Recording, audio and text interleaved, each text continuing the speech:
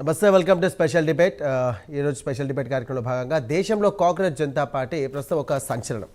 Social మీడియాలో వేదికగా మొదలైనటువంటి ఈ పోరాటం ఇదే నెలలో కూడా ఢిల్లీలో ల్యాండ్ అయిపోయింది. ఇక జంతర్ మంతర్ దగ్గర ధర్నా కూడా చేశారు. అప్పుడే దేశవ్యాప్తంగా ఉద్యమాలు చేపడతామంటూ కూడా ప్రకటించారు బీజేపీ వ్యవస్థాపకుడు అభిజిత్ దీప్కే. ఇక తాజాగా షెడ్యూల్ ఇచ్చారు కూడా. ఇక ఆ షెడ్యూల్లో చూస్తే కనుక హైదరాబాద్ సైతం ఉంది. ఇక ఈ నెల 14వ తేదీన అంటే ఎల్లుండే హైదరాబాద్లో కాక్రోచ్ జనతా పార్టీ ధర్నా చేయబోతోంది. ఇక నీటి ప్రవేశ పరీక్షతో పాటుగా వివిధ ఎగ్జామ్స్లో పేపర్ లీకేజీలపై యువత సమరశంఖం పూరించింది. ఇప్పుడు హైదరాబాద్ ఇందిరా పార్క్లో కూడా చలో ధర్నా చౌక్ కార్యక్రమానికి సంబంధించి కూడా పిలుపునిచ్చేసింది. 14న ఉదయం 10 గంటలకు నిరసన చేపడతారు. అయితే ఈ ఆందోళనకు హైదరాబాద్లో కాక్రోచ్ జనతా పార్టీకి మద్దతు ఇచ్చేది ఎవరు? విద్యార్థుల, నిరుద్యోగ యువతన, లేకుంటే వీరిద్దరూ సమీకరించేది ఎవరిని? సో హైదరాబాద్ నిరసనకు అభిజిత్ దీప్కే హాజరవుతారా? బీజేపీకి తెలంగాణలో తెర వెనుక మద్దతు ఉండేదెవరు? రైట్, ఇదే అంశానికి సంబంధించి ఈరోజు డిబేట్ కొనసాగుతుంది. మనతో పాటుగా ఈ డిబేట్లో పాల్గొనడానికి ప్రముఖ సీనియర్ రాజకీయ విశ్లేషకులు అందు సత్యం గారు ఉన్నారు. అలాగే రాజకీయ విశ్లేషకులు అయినటువంటి భరత్ రెడ్డి గారు ఉన్నారు. భరత్ రెడ్డి గారు నమస్కారం, సత్యం గారు నమస్కారం.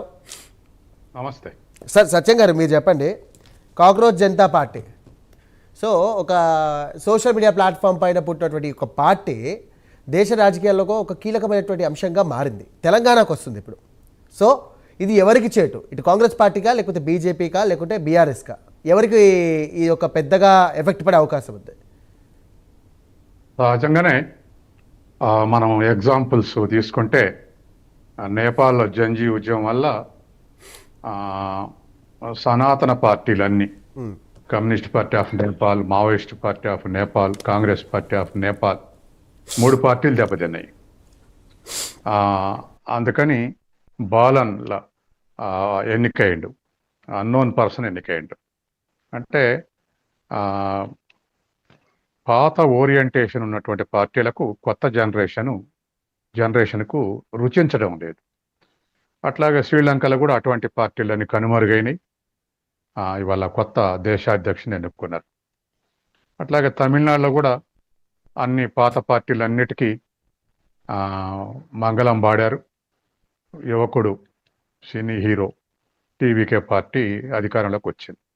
అంటే లేటెస్ట్ యూత్ యొక్క టేస్ట్లు వేరున్నాయి, కన్వెన్షనల్ పార్టీస్ యొక్క ప్రోగ్రామ్స్ వేరున్నాయి. ఈ కొట్టొచ్చినట్టుగా ఈ రెండింటి మధ్య, 2 జనరేషన్స్ మధ్య గ్యాప్ మనకు కవపడుతుంది. ఈ గ్యాప్ ఫిలప్ చేయడానికి ఇవాళ న్యూట్రల్ యూత్ మొత్తం కూడా ఈ జంజీ ఉద్యమానికి సపోర్ట్ చేస్తాము. ఇవాళ దేశవ్యాప్తంగా రాజకీయ పార్టీలకు స్టూడెంట్ ఆర్గనైజేషన్స్ ఉన్నాయి, యూత్ ఆర్గనైజేషన్స్ ఉన్నాయి. అట్లా కమిట్ అయినటువంటి యూత్ కానీ స్టూడెంట్స్ కానీ 2-3% ఉంటాయి. మిగతా 97-98% న్యూట్రల్సే ఉన్నారు. కాబట్టి ఖచ్చితంగా న్యూట్రల్స్లోకి హర్ట్ అయి ఉన్నారు. ఇవాళ నీటు ఎగ్జామ్ ఫెయిల్యూర్ కావటం వల్ల దేశవ్యాప్తంగా లక్షల మంది యూత్ చాలా హర్ట్ అయి ఉన్నారు. ఇటువంటి యూత్ వాళ్ళకు ఒక డయాస్ దీప్కే ద్వారా దొరికింది. కాబట్టి సహజంగానే న్యూట్రల్గా ఉండేటువంటి 95% యూత్ ఇవాళ కాక్రోచ్ జనతా పార్టీకి సపోర్ట్ చేసేటువంటి అవకాశం ఉంది. తర్వాత రెండవది, నీట్ పేపర్ లీక్ అయింది బీజేపీ కేంద్ర ప్రభుత్వ ఆధ్వర్యంలో. కాబట్టి సహజంగానే ప్రతిపక్షాల యొక్క స్టూడెంట్ ఆర్గనైజేషన్లు కానీ యూత్ ఆర్గనైజేషన్లు కానీ సపోర్ట్ చేసే అవకాశం ఉంది. తెర వెనక గుండి కాదు, తెర ముందే మేము సపోర్ట్ చేస్తున్నాం, మీ ఉద్యమాన్ని డిక్లేర్ చేసి సపోర్ట్ చేసేటువంటి అవకాశం ఉంది. గతంలోనే వాళ్ళు నిరసన ప్రదర్శనలు చేశారు అయిన తెల్లారి. కానీ ఇప్పుడు సహజంగానే ఈ కాక్రోచ్ జనతా పార్టీకి సపోర్ట్ చేస్తే ఒక మిలిటెంట్ ఉద్యమంగా రూపొందేటువంటి అవకాశం ఉంది. కాబట్టి న్యూట్రల్ యూత్ ఉన్నారు, తర్వాత పొలిటికల్ అఫిలియేటెడ్ యూత్ స్టూడెంట్ ఆర్గనైజేషన్లు కూడా దీనికి సపోర్ట్ చేసే అవకాశం ఉంది. మనలాంటి వాళ్ళం కూడా ఆ పొలిటికల్ అఫిలియేషన్కి భిన్నంగా ఆలోచించేటువంటి వాళ్ళం కూడా ఇది అన్యాయం, ఇటువంటి జరగకూడదు అని ప్రభుత్వం మీద ఒత్తిడి పెంచడానికి, మళ్ళీ ఇటువంటిది జరగకుండా ఉండటానికి మనం ఇటువంటి ఉద్యమాన్ని సపోర్ట్ చేసే అవకాశం ఉంది. కాబట్టి దీంట్లో ఈ ఉద్యమంలో నెగటివిటీ ఏం లేదు కాబట్టి, పొలిటికల్ ఎజెండా కాదు కాబట్టి, ఎలక్షన్ ఎజెండా లేదు కాబట్టి, ఒకటే failure of exams, different types of exams failure అవుతున్నాయి. యూత్ దరిదాపు అన్ఎంప్లాయ్మెంట్ మన దేశం కూడా అరౌండ్ 8%, 9% కొనసాగుతూ ఉంది. సీజనల్గా కొద్దిగా తగ్గిన మళ్ళీ పెరుగుతూ ఉంది. ఇటువంటి పరిస్థితుల్లో అన్ఎంప్లాయిడ్ యూత్, స్టూడెంట్స్ దీంతో జాయిన్ అయ్యేటువంటి అవకాశం ఉంది. ఇక రాజకీయంగా చూసినప్పుడు ఎవరికి నష్టం ఎవరికి లాభం అన్నప్పుడు సహజంగానే కాక్రోచ్ జనతా పార్టీ పెరిగితే సహజంగానే అన్ని పార్టీలకు నష్టమే. అన్ని పార్టీలు ఎంతో కొంత కుంచుకుపోక తప్పదు. అంటే సత్యం గారు, రెండోది ఇప్పుడు పేపర్ లీక్ అంశం ఏదైతే ఉందో అధికార అది పార్టీ మీద బీజేపీకే వ్యక్తిపడే అవకాశం ఒత్తిడి అయితే మీద నాకు అనుకున్నటువంటి అనిపిస్తుంది. పార్టీల రాజకీయ ఆర్గనైజేషన్లు ఆ జన్జీ ఉద్యమానికి లేదా కాక్రోచ్ జనతా పార్టీకి సపోర్ట్ చేస్తే వాళ్ళకు యూత్లో బలం తగ్గేటువంటి అవకాశం ఉంది. దీని వెనక సమీకృతం అయితే సహజంగానే ప్రతిపక్షాలు అనుకున్నటువంటి యూత్ కానీ స్టూడెంట్స్ కానీ వీళ్ళ వెనక జమ అయ్యేటువంటి అవకాశం ఉంది. చెప్పండి. మొత్తం మీద చూస్తే సత్యం గారు, ఎందుకో బీజేపీ పార్టీకి ఎక్కువగా నష్టం వాటిల్లే అవకాశం ఉంది. ఎందుకంటే ప్రధానంగా ఈ పేపర్ లీకేజ్ కానివ్వండి, ఇప్పుడు ధర్మేంద్ర ప్రధానికి సంబంధించినటువంటి ఆయన రాజీనామా చేయాలని చెప్పేసి ప్రధానంగా డిమాండ్ చేస్తూ ఉన్నారు. సో ఎక్కడ ఏం జరిగినా కూడా ఇది బీజేపీకి ఎఫెక్ట్ పడుతుందని చెప్పేసి ప్రధానంగా అట్లా కాదుగా. వాళ్ళ ఏజెండా కూడా ఫస్ట్ ఏజెండా ప్రకటించినప్పుడు కూడా సెక్యులర్ పాలిటిక్స్ని వాళ్ళు ప్రపోజ్ చేశారు. తర్వాత మతతత్వాన్ని రిజెక్ట్ చేశారు. వాళ్ళు ఫస్ట్ ప్రకటించినటువంటి ఎజెండా కూడా బీజేపీకి వ్యతిరేకంగానే ఉంది. కాబట్టి దీన్ని సహజంగానే దీన్ని అడ్డుకోవడానికి డిఫరెంట్ ఫోరమ్స్ ద్వారా అడ్డుకోవడానికి బీజేపీ ప్రయత్నం చేస్తూనే ఉంది. అందుకని అధికార పార్టీ ఇప్పుడు బీజేపీ ఉన్నా లేకపోతే నిన్న కాంగ్రెస్ ఉన్నా ఎవరైనా అధికార పార్టీ బాధ్యత వహించాలి. కాబట్టి లీకేజ్కి సహజంగానే అధికారంలో ఉన్న పార్టీ మీద నెగిటివ్ ఎఫెక్ట్ పడేటువంటి అవకాశం ఉంది. ఇప్పుడు ఢిల్లీ కేంద్రంగా కూడా మన జంతర్ మంతర్ వద్ద ఈ కాంగ్రెస్ జనతా పార్టీ వారు పెద్ద ఎత్తున కూడా ధర్నా చేశారు. దానికి ప్రపోజల్ కూడా వచ్చింది. సో దేశవ్యాప్తంగా ఇది ఒక కీలక ఘటనగా మారింది. బట్ హైదరాబాద్ని ప్రధానంగా ఎంచుకోవడం గల కారణం ఏమై ఉండొచ్చు? డిఫరెంట్ సిటీస్లో ఇది జరుగుతూనే ఉంది. 1 by 1 హైదరాబాద్ ఉండటం వల్ల అధికార పార్టీ బీజేపీ కాదు కాబట్టి నిర్బంధం కొనసాగే అవకాశం లేదు. రెండోది వచ్చే యూత్ కానీ స్టూడెంట్స్ మీద వాళ్ళ మీద నియంత్రణ పెట్టి రాకుండా చేసే అవకాశం లేదు. కాబట్టి నిర్బంధ అవకాశాలు లేవు. తర్వాత ఫ్రీ మూవ్మెంట్ ఉంటుంది, ఫ్రీ మొబిలిటీ ఉంటుంది యూత్కి కానీ స్టూడెంట్స్కి కానీ. రేపు హైదరాబాద్ ధర్నా అటెండ్ అయితే ఎవరు అడ్డుకునేటువంటి పార్టీ లేదు. అదే బీజేపీ అధికారం ఉన్న రాష్ట్రాలు చేయాలంటే కొంత హర్డిల్స్ ఎదుర్కోవాల్సి వస్తుంది. కాబట్టి ఆ దృష్ట్యా హైదరాబాద్ గురించి ఆలోచించి ఉంటారు. Okay, right. భరత్ గారు, మీరు చెప్పండి. యువతకే సంబంధించి కూడా ప్రధాన సమస్యగా ఎజెండాగా తీసుకున్న రాజకీయ శక్తి ఉదాహరణలు చాలా ఉన్నాయి. బట్ భారతదేశ రాజకీయాల్లో కాంగ్రెస్ పార్టీకి సంబంధించి కూడా ఒక కీలకమైనటువంటి ఒక పార్టీగా మారే అవకాశం ఉంది అని చెప్పేసి ప్రధానంగా వస్తున్నటువంటి మాట. దీని మీద మీరేమంటారు? పార్టీగా ఎప్పుడు మారుతుంది అనేది ఆ తర్వాత మాట్లాడుకున్నప్పటికీ, అంటే నిరుద్యోగుల్లో యువతి యువకుల్లో ఉన్న ఒక అభద్రతా భావం అనుకోవచ్చు, వాళ్ళలో ఉన్న అసంతృప్తి, ఇది ఒక జంజీ ఉద్యమం ద్వారా బయటకు రావడం జరిగింది. కేంద్ర ప్రభుత్వంపై ప్రతిపక్షాలు కూడా పోరాటం చేస్తున్నాయి. కేంద్ర ప్రభుత్వం అవలంబిస్తున్న ప్రజా వ్యతిరేక పోరాటాలు కావచ్చు, వీటన్నిటి మీద ప్రతిపక్షాలు కూడా పోరాటాలు చేస్తున్నాయి. కానీ ప్రతిపక్షాల పోరాటాల కంటే ఏదైతే ఈ కాక్రోచ్ జనతా పార్టీకి వచ్చిన మొబిలైజేషన్ చూసుకున్నట్టయితే చాలా తేడా కనిపిస్తుంది. ఎందుకంటే గత 2 సార్లు అధికారంలోకి రావడం జరిగింది. 3వసారి కూడా భారతీయ జనతా పార్టీ ఎన్డీఏ నేతృత్వంలో అధికారంలోకి రావడం జరిగింది. అయినప్పటికీ ప్రతిపక్షాలు ఎక్కడో విఫలమవుతున్నట్టుగా కనిపిస్తుంది.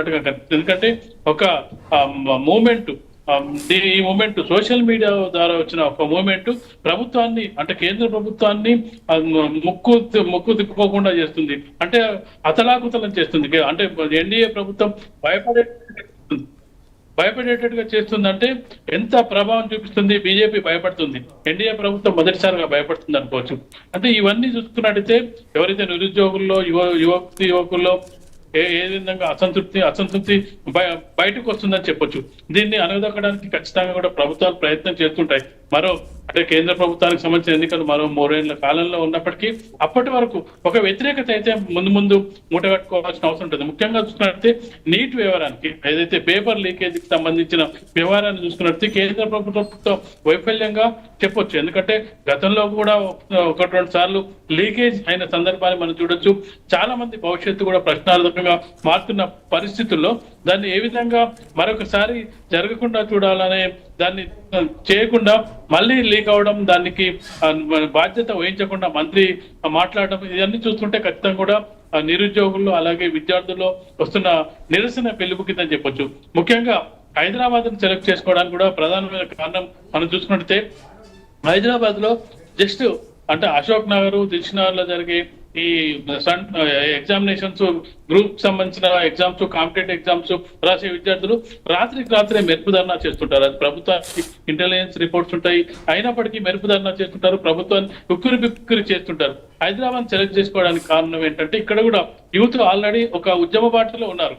యూత్ కానీ నిరుద్యోగులు కానీ ఆల్రెడీ తెలంగాణలో ముఖ్యంగా హైదరాబాద్ పరిసర ప్రాంతాల్లోని అశోక్ నగర్ ఎక్కడైతే ప్రిపరేషన్ జరుగుతుంటాయో అక్కడ ఆల్రెడీ ఉద్యమ బాటలో ఉన్నారు. దానికి మరింత హైప్ క్రియేట్ చేసే అవకాశం ఉంటుంది. ఎందుకంటే ఢిల్లీ జంతర్ మంతర్ వద్ద ఆల్రెడీ కేంద్ర ప్రభుత్వాన్ని గడగడలాంచిన సందర్భాన్ని మనం చూడొచ్చు గత వారం క్రితం. ఇప్పుడు హైదరాబాద్ లో సెలెక్ట్ చేసుకున్నట్టయితే ఏ ప్రభుత్వం అయినా, ఏ కాంగ్రెస్ ప్రభుత్వం అయినా, బీజేపీ ప్రభుత్వం అయినా, ఏ ప్రభుత్వం అయినా తమ ప్రభుత్వానికి వ్యతిరేకంగా ఏ సంఘటన జరిగినా దాన్ని అనగదొక్కే ప్రయత్నం, ఎవరు కూడా దాన్ని యాక్సెప్ట్ చేసే పరిస్థితి ఉండేది. ఎందుకంటే నష్టం జరిగేటప్పుడు ఎవరికైనా మనం చూసినట్లయితే ప్రధాన పార్టీలకు, అధికారంలో ఉండే పార్టీకి ఎంత నష్టం జరుగుతుందో ప్రతిపక్ష పార్టీలకు కూడా అంతే నష్టం. ఎందుకంటే ఫర్ ఎగ్జాంపుల్ చూసుకున్నట్లయితే తమిళనాడు చూడొచ్చు. తమిళనాడులో మనం చూసుకున్నట్లయితే అధికార పార్టీ మీద ఉన్న వ్యతిరేకత ఖచ్చితంగా ప్రతిపక్షానికి కలిసి వస్తుందని చెప్పి ఏఐడిఎంకే భావించడం జరిగింది. కానీ ప్రతిపక్షానికి కలిసి రాలేదు, అధికార పక్షానికి ఓట్లు చీలలేదు. ఓట్లు చీలిక భరత్ గారు తెలంగాణ రాష్ట్రానికి విషయానికి వస్తే కనుక తెలంగాణ రాష్ట్రానికి సంబంధించి విద్యార్థి ఉద్యమాలకు చారిత్రకమైనటువంటి పేరు. ఏ విషయమైనప్పటికీ కూడా విద్యార్థులకు సంబంధించి కూడా ఒక కీలకమైనటువంటి స్టెప్ తీసుకుంటూ ఉంటారు ప్రతి ఉద్యమానికి ఏదైనా సరే. సో ఇప్పుడు ఈ కోణంలో చూస్తే కనుక ఈ నిరసన ఎలా చూడొచ్చు? ఖచ్చితంగా ఇప్పుడు ఏదైతే ఆల్రెడీ నిరసనలో ఉన్నారు తెలంగాణ నిరుద్యోగులు అలాగే విద్యార్థులు ఆల్రెడీ నిరసన బాటలోనే ఉన్నారు. కొత్తగా ఇది ఒకటి యాడ్ అవుతుంది. మనం చూసుకున్నట్టయితే ఈ కాక్రోచ్ జనతా పార్టీకి సంబంధించింది యాడ్ అయ్యే అవకాశం ఉంది. గతంలో ఎలాంటి కాక్రోచ్ జనతా పార్టీ పిలుపునివ్వకముందే, ఈ సోషల్ మీడియా వారియర్స్ రాకముందే ఆల్రెడీ ఇక్కడ గత సంవత్సర కాలం నుంచి కాంగ్రెస్ పార్టీ ఇచ్చిన హామీలు నెరవేరుస్తుంది, అదే నోటిఫికేషన్స్ ఇస్తుందని చెప్పి సంవత్సర కాలం వెయిట్ చేసిన నిరుద్యోగ యువత గత సంవత్సర కాలం నుంచి మనం చూసుకున్నట్లయితే రోడ్ల బాట పట్టడం జరిగింది. ప్రభుత్వానికి వ్యతిరేకంగా పోరాటం చేస్తూనే ఉన్నారు. మనం చూసినట్టయితే ఇటీవల గత 2-3 రోజుల క్రితం కూడా మెరుపు చేస్తున్నారు, మెరుపు సమ్మె లాంటి చేస్తున్నారు, ధర్నా చేస్తున్నారు, రాస్తారోకలు చేస్తున్నారు. అక్కడ ఇందిరా పార్క్ దగ్గర, అశోక్ నగర్ దగ్గర, ఇక్కడ చూసుకుంటే దిల్షుక్నగర్, ఎక్కడైతే విద్యార్థుల మొబిలైజేషన్ ఎక్కడ ఉంటుందో, ఎక్కడైతే చదువుకుంటున్న విద్యార్థులు ఉంటుందో అక్కడ ఆల్రెడీ స్టార్ట్ అవుతుంది.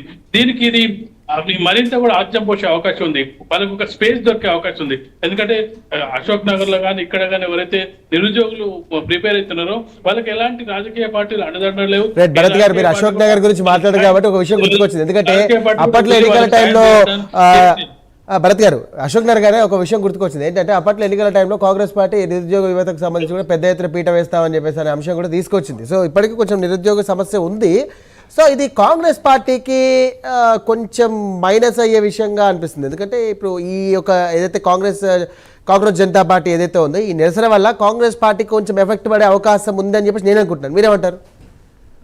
ఖచ్చితంగా ఎక్కడ అధికారంలో ఉంటే ఆ అధికార పార్టీకి ఖచ్చితంగా కూడా అడ్డంకిగా ఉండే అవకాశం ఉంటుంది, ప్రభావం పడే అవకాశం ఉంటుంది. అది బీజేపీ ప్రభుత్వం దేశంలో ఉన్నా, కాంగ్రెస్ పార్టీ తెలంగాణలో ఉన్నా, రేపు ఆంధ్రప్రదేశ్ లో ఒకవేళ ఎన్డీఏ ప్రభుత్వం, చంద్రబాబు ప్రభుత్వం ఎక్కడ ఉన్నా కానీ ఆ ప్రభావం ఖచ్చితంగా అధికార పార్టీ మీద పడే ప్రభావం ఉంటుంది. ఎందుకంటే ఏదైనా సమస్య ఉత్పన్నమైనప్పుడు ఆ సమస్య పరిష్కరించాల్సిన బాధ్యత ప్రతిపక్షం మీద ఉండదు, అధికార పక్షం మీదనే ఉంటుంది. అధికార పక్షమే దాన్ని సాల్వ్ చేయాల్సి ఉంటుంది. కాబట్టి ఖచ్చితంగా పోరాటం ఎప్పుడు కూడా అధికారంలో ఉన్న పార్టీ మీదనే, ప్రభుత్వం పైనే ఉంటుంది. కాబట్టి ఇప్పటికి కూడా కాక్రోచ్ పార్టీ డిమాండ్ ఏంది? నీట్ పేపర్ లీకేజ్ సంబంధించి ఏదైతే విద్యాశాఖ మంత్రిగా ఉన్న ధర్మేంద్ర ప్రధాన్ రాజీనామా చేయాలని చెప్పి వాళ్ళ ప్రధానమైన డిమాండ్. ఆ డిమాండ్ ఇప్పటి వరకు కూడా కేంద్ర ప్రభుత్వం పట్టించుకోవట్లేదు. దానికి మరింత కూడా నిరసనలు ఉధృతం అవుతున్నాయి. ఇక్కడ దానికి తోడు నీట్ తో పాటు నీట్ విద్యార్థులు మన తెలంగాణలో ఉంటారు, తెలంగాణలో కూడా ఇబ్బంది పడ్డ వాళ్ళు ఉంటారు, ఎగ్జామ్స్ ప్రిపేర్ అయ్యి వాళ్ళు కూడా ర్యాంక్ వచ్చి కోల్పోయిన వాళ్ళు ఉంటారు. వీళ్ళందరూ కూడా దీనికి యాడ్ అవుతాడు. నిరుద్యోగ సమస్యతో పాటు ఈ పేపర్ లీకేజ్ సంబంధించి కూడా వాళ్ళు యాడ్ అయ్యే అవకాశం ఉంది. కాబట్టి ఖచ్చితంగా కూడా ప్రభుత్వానికి వ్యతిరేకత ఉండే అవకాశం ఉంది, ప్రభుత్వంపై ప్రభావం పడే అవకాశం ఉంది. ప్రభుత్వం అంత ఈజీగా వీటిని నిరసనలని యాక్సెప్ట్ చేస్తుందని మనం అనుకోవడానికి వీల్లేదు. ఏ ప్రభుత్వం అయినా ప్రభుత్వమే, అది కాంగ్రెస్ ప్రభుత్వం అయినా, బీజేపీ ప్రభుత్వం అయినా, ఏ ప్రభుత్వం. సత్యం గారు ఇప్పుడు కాక్రోచ్ జనతా పార్టీ నిజంగా యువత గొంతుకగా మారుతుంది అనుకోవచ్చా, లేకపోతే తాత్కాలికంగా ఇది ఒక ఆన్లైన్ ట్రెండ్ అని అనుకోవచ్చా? ఇప్పుడు సమస్య మీద సమస్యను ఆ సమస్య కూడా విద్యార్థి యువత సమస్యలు టేకప్ చేసినప్పుడు ఖచ్చితంగా మొబిలైజ్ అవుతారు. ఎందుకంటే ప్రజలకు ఏది అర్జెంట్ ఇష్యూ దాని మీద ప్రజలు రియాక్ట్ అవుతూ ఉంటారు. గతంలో బలమైనటువంటి చంద్రబాబు నాయుడు ప్రభుత్వం విద్యుత్ శక్తి విషయంలో ప్రజల ఇష్యూను టేకప్ చేస్తే వామపక్షాలు చివరికి అది కాంగ్రెస్ సొమ్మైంది కానీ చంద్రబాబు నాయుడు డిస్లాట్ చేయటువంటి పరిస్థితి ఏర్పడ్డది. అంటే ప్రజల ఇష్యూ అది విద్యుత్ శక్తి అనేది. ఇవాళ నిరుద్యోగం అనేటువంటిది లేదా రిక్రూట్మెంట్ అనేటువంటిది ఇవాళ యూత్ యొక్క ఇష్యూ. ఈ ఇష్యూని ఎంత మిలిటెంట్ స్ట్రగుల్ చేసిపోతే యూత్ కూడా అంత ఇన్వాల్వ్ అయ్యే అవకాశం ఉంది. రాజకీయ పార్టీ మారినాక అవి ఓట్లుగా మారతాయా, మెటీరియలైజ్ అవుతాయా అనేటువంటిది ఇప్పుడు చెప్పేది కాదు అంశం, అది ఎలక్షన్లో చెప్పే అంశం. కాబట్టి ఇవాళ ఖచ్చితంగా వీళ్ళు టేకప్ చేసేటటువంటి ఇష్యూ ఖచ్చితంగా పిల్లలు రియాక్ట్ అయ్యేటువంటి అవకాశం ఉంది. రెండోది, ఇక్కడ హైదరాబాద్ పెట్టడం వల్ల అడ్వాంటేజ్ ఏమిటంటే దరిదాపు ఇప్పుడు ఒక 6 లక్షల మంది విద్యార్థులు ప్రిపేర్ అవుతున్నారు ఉద్యోగాల కోసం, ఎగ్జామ్ కోసం, డిఫరెంట్ ఎగ్జామ్స్ కోసం, డిఫరెంట్ ఎంప్లాయ్మెంట్ ఇష్యూస్ కొరకు. దీంట్లో సగం మంది ఆంధ్రప్రదేశ్కి చెందినటువంటి విద్యార్థులు ఉన్నారు. ఆంధ్రప్రదేశ్ చెందినటువంటి విద్యార్థులు 70% విద్యార్థులు హైదరాబాద్లో కోచింగ్ తీసుకుంటున్నారు. కాబట్టి దరిదాపు 5-6 లక్షల స్టాక్ ఉంది ఇక్కడ, యూత్ స్టాక్. వీళ్ళందరూ రియాక్ట్ అయితే రేపు 1,00,000 మంది కూడా ప్రదర్శనలో పాల్గొనవచ్చు. అందుకని హైదరాబాద్ని ఎన్నుకోవటం, తర్వాత దరిదాపు reserve army of unemployed youth హైదరాబాద్లో ఎక్కువ ఉంది. కాబట్టి వీళ్ళందరూ కూడా రేపు జమ అయితే తెలంగాణ మీద పెద్ద ప్రభావం ఉండేటువంటి అవకాశం ఉంది. అందుకే ఎక్కడైనా దేశంలో రాష్ట్రంలో ఈ ఇష్యూ టేకప్ చేస్తే దీనికి యూత్ ఖచ్చితంగా రియాక్ట్ అవుద్ది, అది కూడా పాజిటివ్గా రియాక్ట్ అవుద్ది. రైట్. సత్యం గారు, ప్రభుత్వం ఈ నిరసనని ఎలా హ్యాండిల్ చేయాలి? అండ్ చట్టపరంగా మాత్రమే లేకుంటే విధానపరమైనటువంటి నిర్ణయాలతో ముందుకెళ్తే బాగుంటుందంటారు? ఇప్పుడు ప్రభుత్వం, రాష్ట్ర ప్రభుత్వం, కేంద్ర ప్రభుత్వం విషయానికి వచ్చినప్పుడు మేము ప్రధాని రాజీనామా చేస్తే తప్పు చేసినట్టు అయింది అని చెప్పేసి రాజీనామా చేయనీయట్లేదు. అవును, ఎందుకంటే తప్పు ఒప్పుకున్నట్లు అయింది కాబట్టి రాజీనామా చేయనీయట్లేదు. కానీ ఉద్యమం ఉధృతమై డిఫెన్స్ లో పడుతున్నాం గవర్నమెంట్ అనుకుంటే రాజీనామా చేయించి ఈ గాలి అంతా ప్రధాని మించిపోయేటువంటి అవకాశం ఉంది. కాబట్టి ఉద్యమం ఊపందుకుంటే ఖచ్చితంగా రాజీనామా చేస్తారు, ఉద్యమం ఊపందుకోకపోతే కమిట్ గారు, అది జరిగే అవకాశం ఉంది. వివిధ రాష్ట్రాలు జరిగేటప్పుడు ఆయా రాష్ట్ర ప్రభుత్వాలు పాజిటివ్గా రియాక్ట్ అయ్యేటువంటి అవకాశం ఉంది. మంచిదే, మీ ఇష్యూని మేము కూడా ఉద్యోగాలు సృష్టిస్తున్నాం. పోయిన సంవత్సరం 60,000 ఉద్యోగాలు నింపినాం. ఇప్పుడు కూడా మళ్ళీ ఒక 400 ఉద్యోగాలకు నోటిఫికేషన్ వేసినాం. నిరంతర ప్రక్రియగా మేము ఉద్యోగాలు నింపుతాం. అందుకని మీరు చేసే ఆందోళన కరెక్టే అని చెప్పేసి మన రాష్ట్ర ప్రభుత్వం స్టేట్మెంట్ ఇచ్చేటువంటి అవకాశం ఉంది. కాబట్టి ఈ ఉద్యమం బీజేపీకి వ్యతిరేకంగా ఎక్కువ పెట్టబడింది కాబట్టి రేపు ప్రతిపక్షాలన్నీ కూడా పాజిటివ్గా రియాక్ట్ అయ్యేటువంటి అవకాశం ఉందని అనుకుంటున్నాం. రైట్. భరత్ గారు, మీరు చెప్పండి, ఈ నిరసన తర్వాత ఇటు ప్రభుత్వానికి సంబంధించినట్టు కానివ్వండి, ప్రతిపక్షాలు కూడా ఎలాంటి స్టాండ్ తీసుకునే అవకాశం ఉంది? సో జెన్జీ కిడ్స్ కానీ ఆల్ఫా కిడ్స్ కూడా రాబోతున్నారు. జెన్జీ కిడ్స్ ద్వారా ఆల్రెడీ నేపాల్ కానీ తదితర ప్రాంతాల్లో ఎఫెక్ట్ పడింది చాలా. సో ఇది భారతదేశానికి కూడా పాకింది. ఒక ఆన్లైన్లో పురుడు పోసుకున్నటువంటి పార్టీ ఏదైతే ఉందో దేశ రాజకీయాల్లో కీలక మార్పు తీసుకొచ్చే దిశగా కూడా ముందుకు కలుగుతున్నారు. సో ఇది మధ్యలో ఆగుతుందా, లేకుంటే ఇది ప్రధానంగా ప్రభుత్వానికి కానీ ప్రతిపక్షాలకు కానీ అస్త్రంగా మారే అవకాశం ఉందా? ఖచ్చితంగా ప్రభుత్వానికి వ్యతిరేకంగా ఉండే అవకాశం ఉంటుంది, ప్రతిపక్షాలకు అస్త్రంగా మారే అవకాశం ఉంటుంది.